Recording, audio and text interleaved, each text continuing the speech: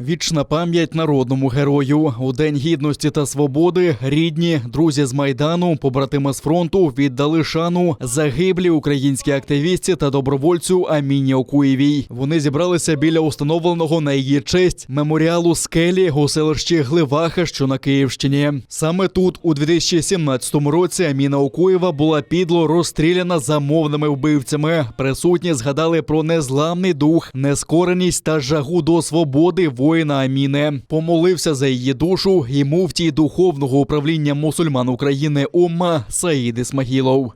Бисмиллахир-рахманир-рахим, альхамдулиллахи раббил алямин, вассалату вассаляму аля расулина Мухаммадин ва аля алихи ва асхабихи аджмаин.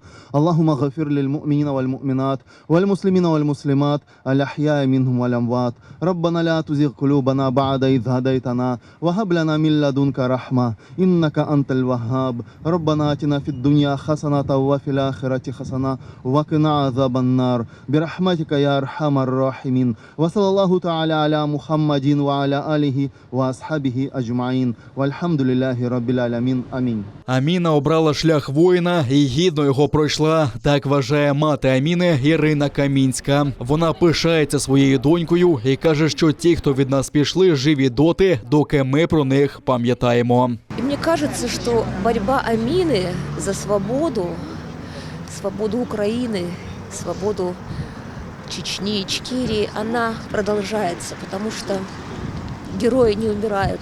И вот то, что происходит здесь сейчас, то, что люди помнят, то, что они приезжают сюда, приходят сюда, говорит об этом, что у Украины есть будущее, потому что только та нация, которая имеет героев, а Амина – герой Украины, народный герой Украины, та нация, которая имеет свои легенды, которая имеет свои традиции, только та нация может быть свободной и обязательно свободной будет.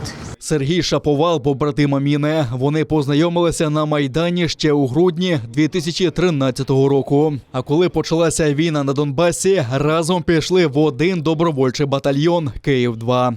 Вона була невгамовною до служби, вона була невгамовною до виконання завдань. В неї не було, скажімо так, відпочинку. І часто ми вже чуть ли не, скажімо так, наказом і казали мені відпочинь, що ти просто впадеш. Якщо на позицію, вона перша. Якщо десь виход на зачистку, вона перша. Добра людина, добрий друг, до сих пір, знаєте, не сприймається, що її немає. Вшанувати пам'ять Аміни Окуєвої прийшла і народна поетеса Майдану Марія Волинська. Вона присвятила їй вірш «Її вистачало любові».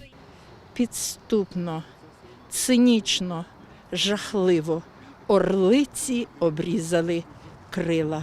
Бо горда була, бо літала, і страху у злеті не знала. Орлиця ця, мужна Аміна, боролась за правду, за зміни, з Майдану за гідність стояла, як воїн кордон захищала. Чеченка вкраїнської крові, її вистачало любові землі, де зросла і народилась, Ічкерії, щоб відродилась. Злякалися жінки героя, імперські поплічники зброю, бандитам у руки поклали і життя молоде обірвали. Гливахівська селищна громада планує найближчим часом розчистити територію біля пам'ятного каменю Аміні Окуєвій та створити сквер з плодовими деревами та лавками. Они хотят посадить здесь фруктовые деревья, поставить скамейки, и пусть здесь будет сквер Амины.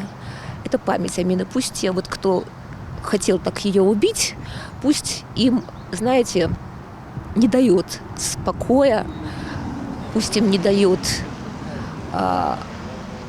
жизни, понимания того, что здесь память, что Украина помнит Амину. И дети тут растут, будут бегать и спрашивать, кто такая Амина Окуєва. И будут рассказывать. Народный герой Украины, которая защитила светлое небо над головой, солнце, свободу для Украины. Аміна Окуєва – учасниця Революції Гідності та